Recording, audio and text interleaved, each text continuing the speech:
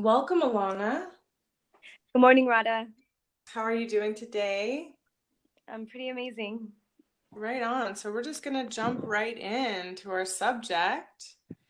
The, Yeah, I'm really this one was a is going to be a good one. So, I'm excited. the power of suggestion. And you're a hypnotherapist, so you know a lot about how the subconscious mind works. Can you speak on the power of suggestion? Oh, so the power of suggestion, excuse me. The power of suggestion is that we as humans we take in information in certain ways, either directly or indirectly. And so we can be suggested things unconsciously, um, constantly. And so I think part of understanding the power of suggestion is understanding the power of your subconscious mind and how you learn and how you're affected by those things.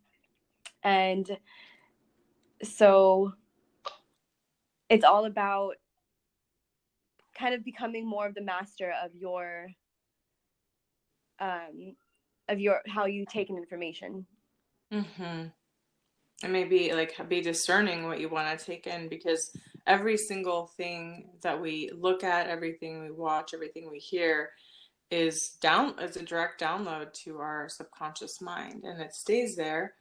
um, and some of the work help clear out some of that junk, and I'm sure you do too, because it can be an overload of scripts that are running in the back. Well, it's funny you said And that because it actually means like the unconscious mind.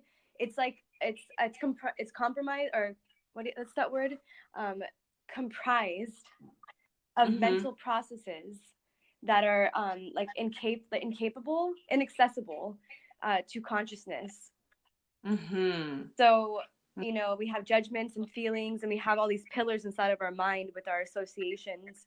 And so, because of your associations that you form throughout your life, you will kind of will automatically receive certain things or even reject certain things. So, I think that it's important when we're talking about the influence of suggestion in in as well in liberating ourselves from the illusions of mind control. And the word mind mm-hmm, control, I know that that word always just feels so heavy to me, or that saying. mm-hmm. But it really is just, if we go back to accidental programming, or we keep it as it's something that's happening purposely, it's still something to be aware of, and Mm-hmm. how in what ways the media is changing our perceptions of truth and Mm. manipulating our free will. Mm-hmm. So Yeah. that's wise to keep those things in mind. It's important. I think it's really up to the individual now, because you can take as much as you want in, but the moment that you step back and go, gosh, I kind of want to be sovereign here. I don't think I want to just take everything at face value.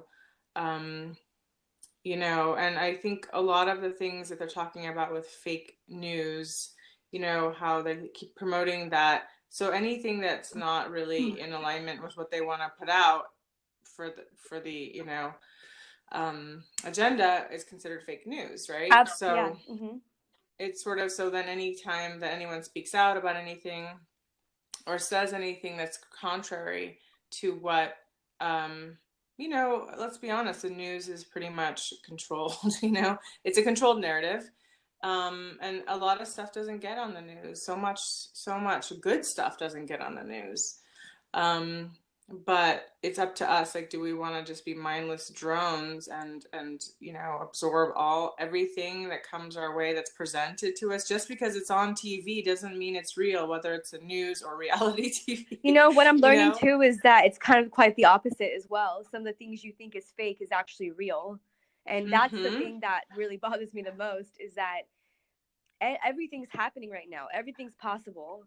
Everything's kind of Mm-hmm. existing in one dimension or another.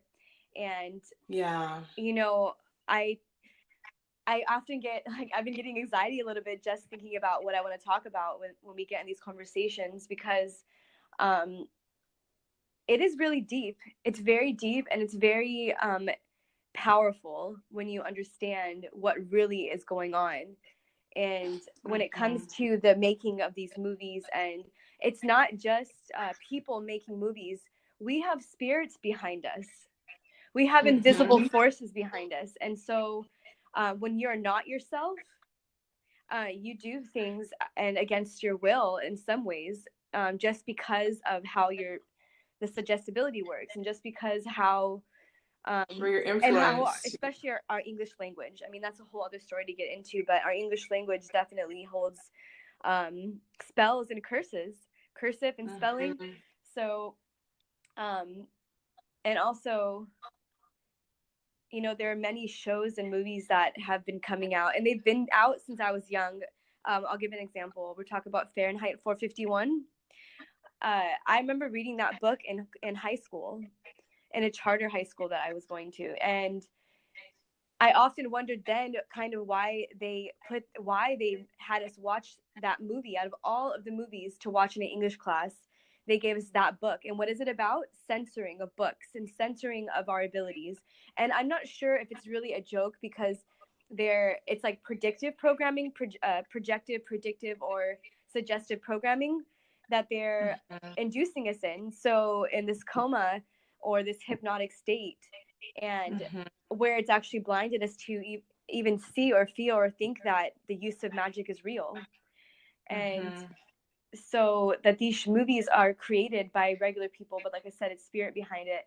We must become aware of the illusions that entertainment creates, you know, but not in a paranoid state or extent of like, you know, banning it or censoring like Fahrenheit 451, because this new version of the movie that came out is way more technologically advanced.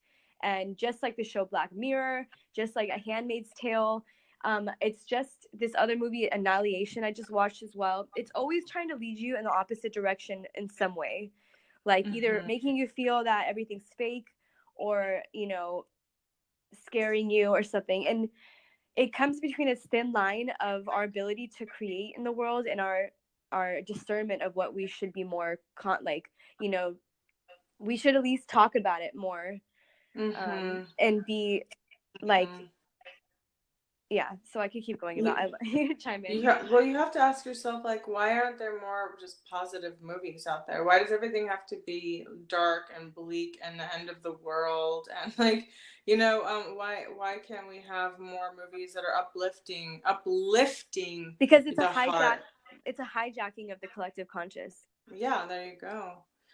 There you go. And so, I mean, you know, art inspire. That's what great artists do. That's why the greatest artists, you know, their work lasts through history, because it's supposed to spark your heart, and it's supposed to activate your heart chakra, and elevate you. You just been so a you great can point. ascend in that moment. You know. Great point. So it's interesting, but you know, I admit I do not watch like TV. I don't watch movies very often, because every time I look, I'm pretty much disgusted. I'm like, none of this is what I want to see. I don't have any desire to see horror movies. I don't want excess violence. Like, what's really going to enlighten me? And I know every single thing that I put myself in front of is going to be downloaded to my consciousness. So do I want to download that program, or is it just a movie, you know? For me, I'm highly sensitive and empathic, so I get really affected, and maybe unlike other people, when there's excessive violence, it really disturbs me. So I can't do those kinds of movies. Well, you but know what I it think it's does is interesting. it kind of violates our spirit when we watch these things, It and does. it scares us. And I feel like if we are these kind of interdimensional, maybe extraterrestrial beings of some sort, then we're taking in data, and we're taking in that. And so when we're subjected to things that are kind of devaluing or degrading of human, you know, the human experience, then it could be quite damaging for our soul to really want to come forward. Well, it is because it doesn't encourage greatness. it's not encouraging your soul. I think you have to think of your soul as the most precious being. And like, do you want to expose your soul to garbage? Do you want to expose your soul to violence? Do you want to expose your soul to more unnecessary? Also, because we are created the way we are, we take in experiences that we watched as if they happened to us. Can I ask you something? So it is, I'd like to ask you, yeah, what do you feel yeah. about comedy and the use of comedy to say things? I just kind of always had an issue with comedy. I get uncomfortable because I think it's really degrading of it's just very degrading most of the time. The comedy is like making fun of humanness, and it's just kind of, I don't know. I just wonder what you thought about that. I think, I think, I think so much in entertainment has been promoted and revolved around, degrading the humanity, degrading our soul, degrading our sexuality, degrading the feminine, and it's gross. But I think that there is a demand, and there is actually a space that is opening up, and I can feel it, I can see it, I can sense it, where people are longing for something uplifting. I have gone to comedy shows that were uplifting and funny and incredible, and I love comedy. I love to laugh. I have the loudest laugh in the world, and it's my favorite thing to do. I want to laugh, laugh, laugh. And I think laughter is the highest vibration that you can have. But I think that Well, for a me, lot of honestly, comics, oh, sorry, go ahead.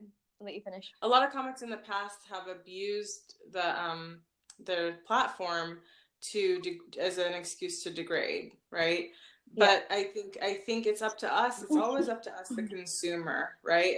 What are we consuming? And That's we exactly have what to, I was just gonna say.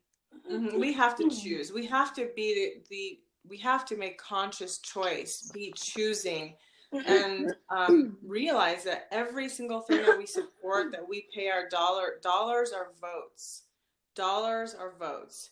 You want to change the world? Change how you use your dollars, and that And how will you use affect your everything. gifts. How do you use your Yeah. gifts? Because I've been watching videos and people are using the force. They are literally, we're working with our serpent energy, with our dragon energy, and it's very powerful. We have to be very conscious of what we're doing, because this is why I feel like we fell in so many different civilizations, because we're easily manipulated and controlled because we're not in full alignment with our true power and our holy divine selves.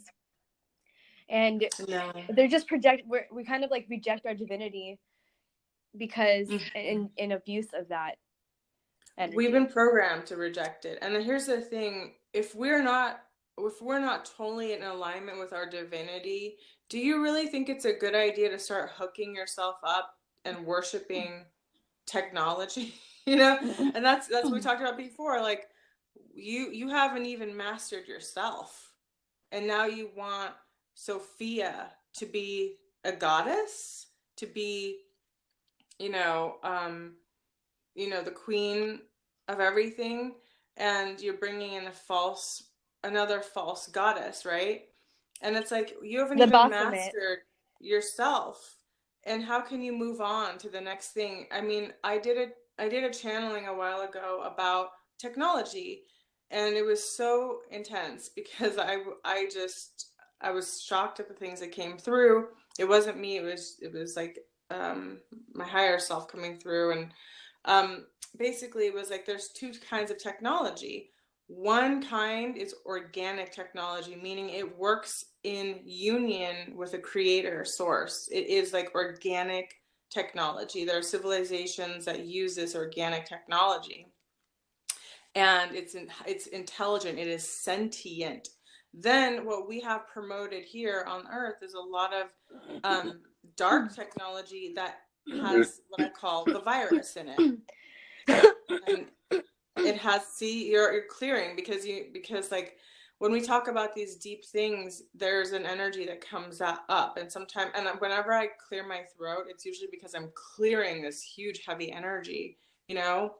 And that's what it is. Like, the dark matter, the dark technology, this stuff is infused with an energetic virus, and it's consumed not just our world, not just our galaxy, but multiverses. It's so And funny because I just cleared my throat when you said that. I was like, no, but I really get that the creatress, the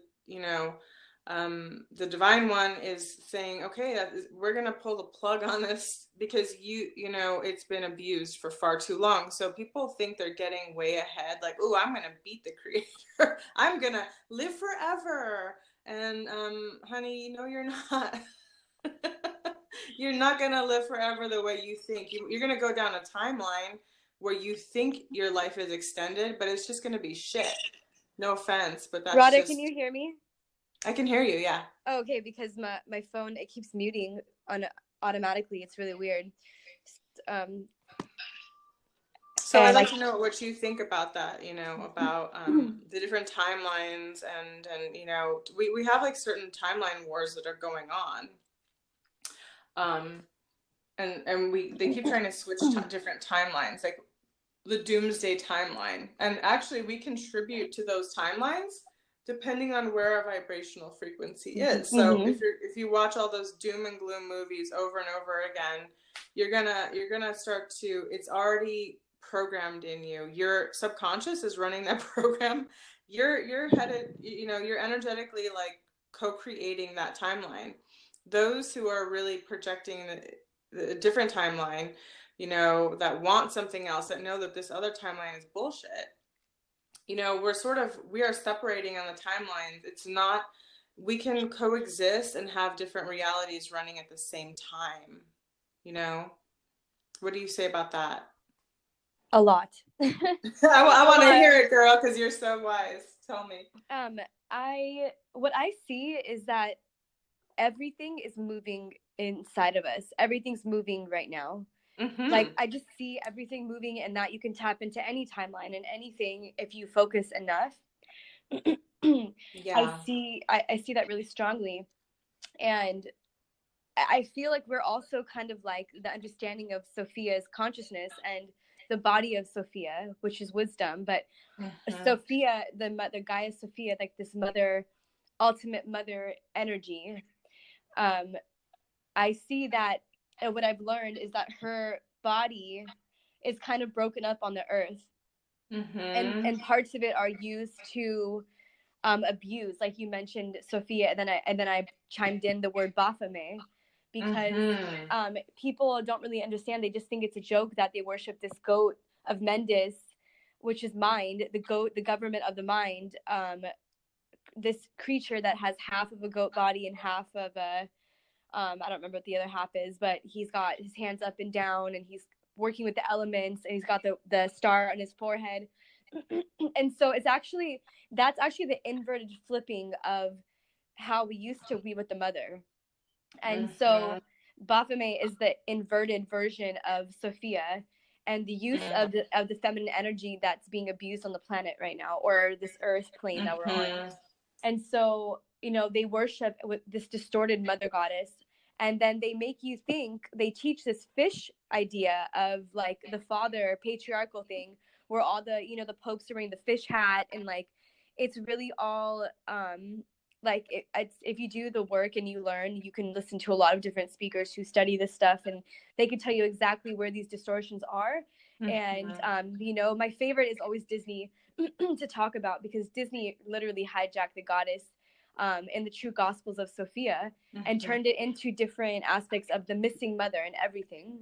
And it's important because the mother is nature. And so when we're disconnected from nature and our roots, then we don't really connect with certain aspects of the earth that is needed to heal. And which is why one of the reasons why we come back every time is to be with the earth, and we just get caught up here, right?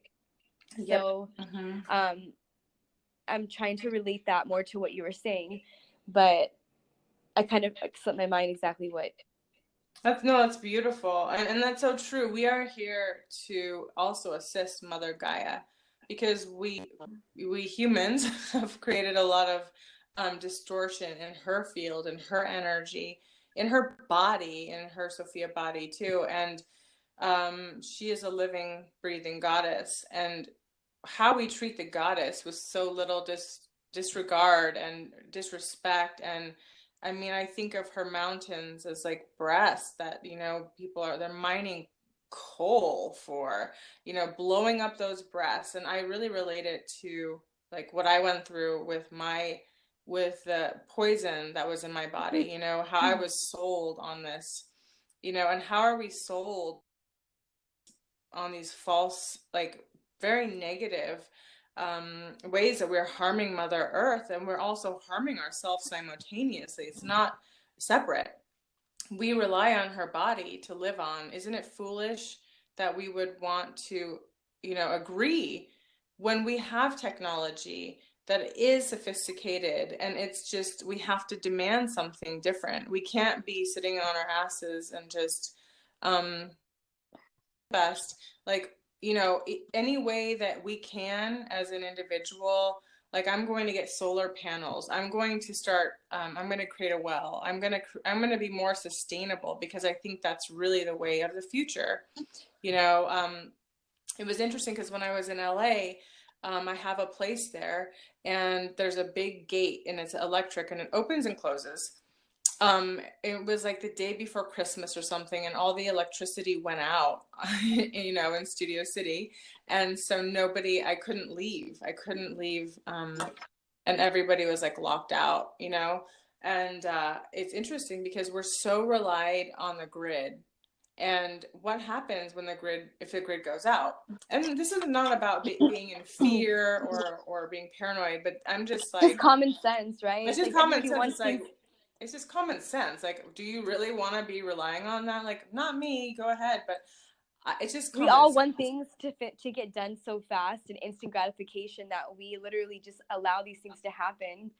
And in some ways we really don't have a choice, because they're moving. I think you mentioned the 5G moving into LA.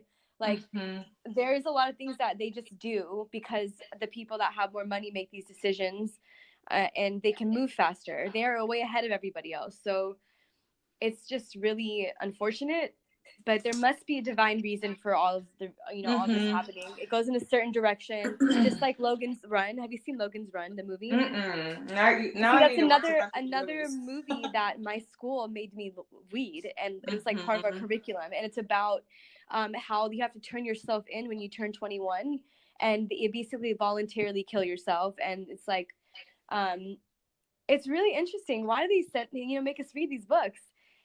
It goes back to the suggestive programming and the predictive programming, and how look at where we are now.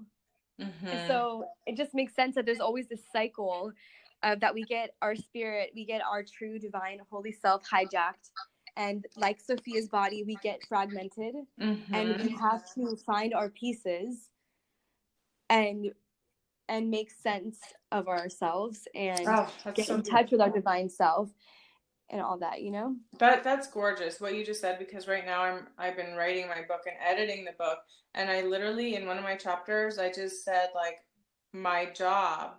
our job is to collect all the pieces and put them back together.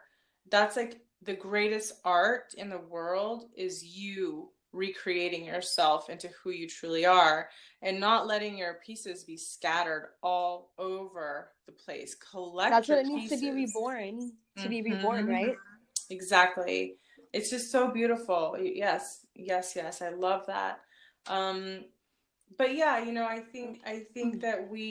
think why these things keep happening is because the people, have to say no. Until we actively take a stance and stand together, it will continue to happen. Because remember, everything, like, even, there's a saying, your enemy is your best friend. Why? Your enemy is here to teach you about sovereignty, teach you about standing up for what's right, teaching you to say no, to have boundaries, to, take a stand, teaching you to be stronger, not to be weak, not to be meek, to be stronger in who you are, to know what you stand for. And I think, we live in a world where everyone follows, and it's like, you can't just follow blindly. Like, Instagram trends and everyone wants to be so cool. Being cool is costing you your life, man. I don't know about you, but I'm not down for that. I'd rather be like my own, I'd rather be a weirdo and just be myself than follow the I think we're trends. supposed to be hot. Mm-hmm. Yeah, exactly. Warm. Yeah. I was actually just noticing one of my favorite things to do lately is to break down the English words that we use, or Mm-hmm. not just English, but all words in general and how they were formed. And I noticed your Instagram, you posted something of Ma'at recently. And, I love her laws and what she represents. And I realized that when you break apart the word Ma'at or Mm-hmm. matrix, you could write matrix. And if you just kind of like put Ma'at in front of matrix, and what it means to do a trick and tricks, because even when you're a prostitute, they turn tricks. Mm-hmm. And so Ma'at is always the distortion of the goddess. And everything that you look at, there's always this reversal going on of the roles of the divine parents and as an archetype. Mm-hmm. And when those divine parents are distorted, even the father, the reversal father, the anti-life male collective conscious. Mm-hmm. And so it's just really interesting to pay attention to the way words are broken down and how we It use is. them, because that's how we are kind of also controlled in our own little world of limitation. Mm-hmm. It's so true. It's so true. But again, like pain is a great catalyst for change sometimes. And not everyone is ready to hear anything outside of their vortex, right? They're super comfortable in their little vortex, and until it bursts, they're gonna stay there. So I mean, I'm never about forcing anything on anyone. I'm always like, even with my healing, I'm like, if you want it, come to me, find me. I don't advertise, I don't push. I'm like, listen, I'm here. If you want it, find me. Um, if you want information, it's available. Find it. And then activate your intuition so you can be discerning, I think we because should talk a little bit about that, about, your theta healing and my hypnotherapy, as, yeah, and forms are kind of the same thing in one way or another, but basically our absolutely. healing modalities, and why the difference between using these modalities, the gifts that are of using like hypnosis on somebody Mm-hmm. versus, it being used on you unknowingly, so which is taking back the power of your mind. It's one Exactly. of the reasons why I became a hypnotherapist, is to unwind the programs that have been sold to our ancestors throughout the ages, Yes. Oh, and programs we're trapped in. So with theta healing, um, I think you should tell your listeners what theta healing is a little bit. absolutely. So, like on my healing journey, I started out. I went to many practitioners. I learned about so many modalities, and from there, it just naturally brought me to the classes. And one of the first classes I took was Theta Healing, and I love it. Um, since then, I've taken many, many other, trainings and stuff like that. I've integrated different, but theta healing is incredible. I'm a theta healer, advanced theta healer. I'm a certified instructor in basic and advanced. And the thing about theta healing is it's been really life changing for me, because it really made me understand in a way that I never did before how we do have programs running. And even if we say, I love my life, in the background, you could have a program saying, I hate my life, or, life is terrible. And it's not even really your installation, but it came down through your lineage, perhaps.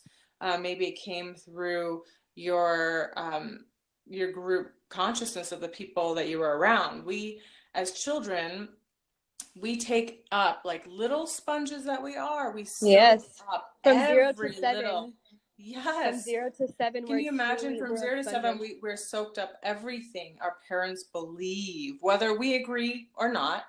We soak it up as our own. How could we not? They're our parents, or our caregivers.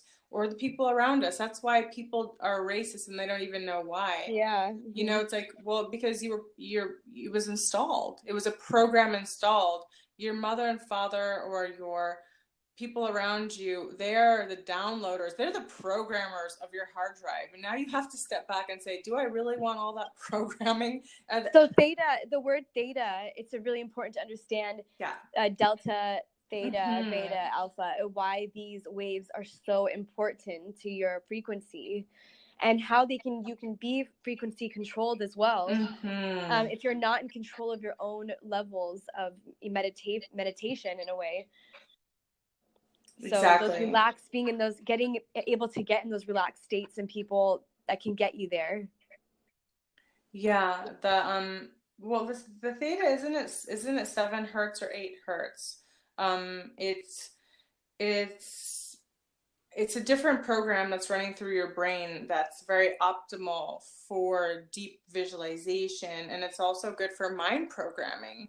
It's where you also can bring in the creative powers of your mind, and it's a state where you can manifest because you are in a mental state where you can now consciously create your reality.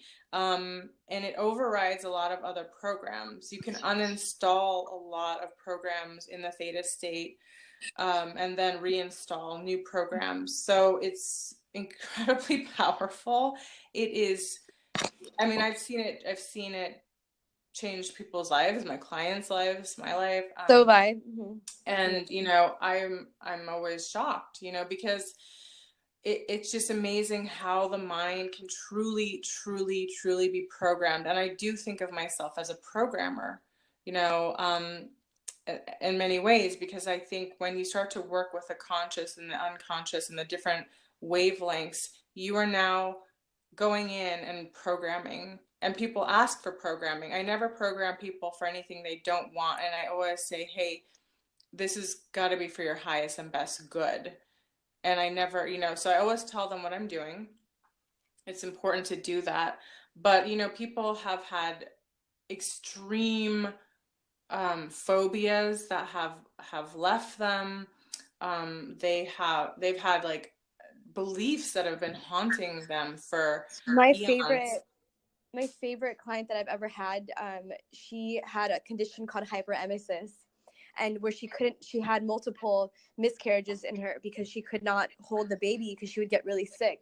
And I went in with her for a few months, and I prepared her for her to start and to get pregnant again, to forgive her body for not being able to do it. You know, there's all these unconscious beliefs that we have about why we can't do something or why it's failing, and then we just have to override them and start over again. And literally, she was able to recreate a new womb for herself, and, you know, for that baby to nest in. And then she had such a great pregnancy and went all the way through it. And she, you know, there's just so many people that have great experiences with theta or hypnotherapy. It's pretty much the same thing, one way or another.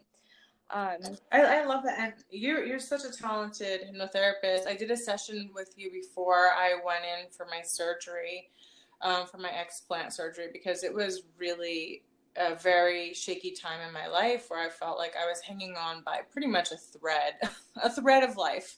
And I had to travel all the way to Costa Rica, and you know, I was really nervous, and it was a really tough time. And, you know, you did that session for me, and it was incredible. I really wish I recorded that one, because stuff really came through for you. Such beautiful things. And I think you're so talented, and I really think that these modalities are so important. Like, how important are these, where they can shift your consciousness, help you co-create the life that you want, help you get through painful situations when you hit rock bottom and you think you can't go any further, you know? Or I mean, I was wondering, like, how am I going to even have the strength to get on the plane? I can barely tie my shoe, you know? And it's incredible. It's incredible what you. Isn't it ironic how they taught us to reject the words hypnosis or like anything that has to do with really freeing yourself? Like, they just kind of like indirectly taught us that it's all evil. But you know what Of I'm learning course. too is that evil is ancient and we have to respect it too. And Yeah, there it's is used for both of these gifts are used for gifts, and they're used for bad things too. yeah. Earth is a great university. This Earth is what we call like it's like the PhD program. And in order to get your galactic passport, meaning like you want to go out into the universe and do other things, little do you know, we're all enrolled in this school. So, you got to get your shit together and you got to get on the graduation program. That's where we're going. You got to upgrade. Otherwise, you get stuck in a time loop here where you just keep incarnating. And we have been in a loop where we have been incarnating, and there is only one way out, and that is to transcend the BS and really to say, hey, I'm done with that. This is my last lifetime on Earth. I don't know about y'all, but I'm getting my passport and I'm going to travel the galaxies. So, I think it's important that we utilize the tools that are available to us and stop being afraid of what's good and stop embracing what's bad. Start using your ability to be practical and use, your conscious mind, use your heart to start thinking. Activate your heart chakra so that it can start being the wisdom of your soul, of your life, and also the compass, because our heart, we've become so afraid to use our heart. All of us, we've all been heartbroken, but really, if we activate our high heart, it is a compass. It'll tell you the truth every single time. It cannot lie. And we've learned to be so afraid of our own heart that we do not trust it. And coming back into healing and clearing all the trauma, the induced trauma in the heart, we can start having more clarity and seeing what program am I on. Each one of us has a different discernment program. We all have a unique one that is just made for us. It's never going to be the same, ever, ever, ever, ever. So you cannot compare your path, your program with anyone else's. You have to embody that which you are meant for. And that's greatness, we are great. You are great. We have to activate the greatness within us and stop playing our genius, small. our genie. Yes. We have our own genie inside of us if we just rub our pineal gland a little bit. Oh yeah, activate that and pineal actually, gland, baby. I'm learning too. It's like literally, I can see the ways that in which I entrap myself by my own forms of thinking about what I can do and what I can create, and just causing my own anxiety about things. So I'm definitely not saying that I don't struggle with any of these things still, but every day I get a little closer to understanding myself, and I think that sometimes the bigger the blockages, the bigger the struggles, the more powerful you really are. And yeah, that's why we're so tamed, because if we weren't so tamed, then we would never learn just how powerful we are without coming out of it. But so that contrast, this is the world of duality. It is here to help activate your divinity. The duality is here to activate your divinity. Now activate it. Stop playing small. Stop going into the same loop over and over and over of mindlessness again. Get out of that. You have a right to think for yourself. You can think for yourself. And you should think for yourself. Stop, even the things that we say, take what you want, release what you don't want. Be the discerning person of your own life. Don't take everything for. And know when you're getting suggestions given to you. Yep. Like indirectly off of just anything you pass by, like magazines, or if you start feeling that feeling like, whoa, I felt fine a minute ago and now all of a sudden I have anxiety, like where did that come from? Was it because I just read the magazine and something in there attached itself to me? Yeah. So we are bombarded with all kinds of things these days, so we just have to be more in discernment of what we're receiving as our information. I noticed that with commercials, and that's why I literally I gave away my big TV. I was like, goodbye, don't need you, don't want you. I almost felt bad for the person you give it to. What's that? I said I almost felt bad for the person you gave it to. They wanted it, so I gave it. Everyone has their free will, free choice, and what to choose to use. Well, no, You because gotta. if we push no TV, then they're gonna pull that Fahrenheit 451 BS, and then it's gonna be our fault because we don't want to see it. I'm not saying censor it or stop it. People can create whatever they want. It's their karma. It's their karma. It's their spirit that's getting. I mean, they might think that they've reached their nirvana. Who am I to say it's wrong? I'm just saying that it definitely is not leading us in the path of the best light for the all. Absolutely. It's so beautiful the way you say that. I mean, I'm big on free will, free choice. That's what it's supposed to be about, And it's okay. Like, we don't all have to quote unquote get it, and we all get different things, right? We're all different pieces of the puzzle. We're all getting the downloads, right? We're all getting the downloads, but it's through our particular filter. Each one of us has a unique filter that is us, that is our personality, that we have created through our life experiences. We all have a filter. So, one person could talk about the same thing as another person, and two people explain it completely differently or have a little bit of personality quirks about it, because we are all unique, and we all have our filter. And then even the people that are listening right now, they have their filters that were created in their lifetime. So it goes filter after filter after filter. So it's just important to be discerning how you're listening or how you're taking things in. Or also, another thing is what you're rejecting a lot, So, like, people have filters that reject love, or reject abundance, reject things that somebody could hand somebody love on a silver platter. And because their filter says love is evil or love will destroy me, in their filter, they could say, no, thank you. You know what I mean? And so it just has to do with our filters. We all have different filters, and respecting that. So it's all up to discernment. That's why these conversations are so great. People can maybe activate their imagination, take what they want, leave what they don't want, do their own research, and have, be their own person. No one is responsible for telling you everything, and I think. And the other thing is that we're not know-it-alls. We're just people that seek the truth and know that keeping quiet is just like being, it's just as bad as the bad side. There's a bad side. So I think that's why we're exploring, because we don't know it all, but it's important to talk. It's important to activate conversation. It's important to bring together the pieces that we have and reflect them back and forth, And so that is so important to say, yeah, I'm not a know-it-all. I do not claim to know it all. I just know from my experiences, my past life regressions, my healings, and I love to share because I think sharing is important to do. Definitely. And I love that you share so much too. A lot of people don't want to share. They don't want to open up and share, but that's how things shift. That's how things change. And that's how we can help each other, is by sharing. Like, I have a little bit of information here. Like, what do you have? We're meant to come together in that way.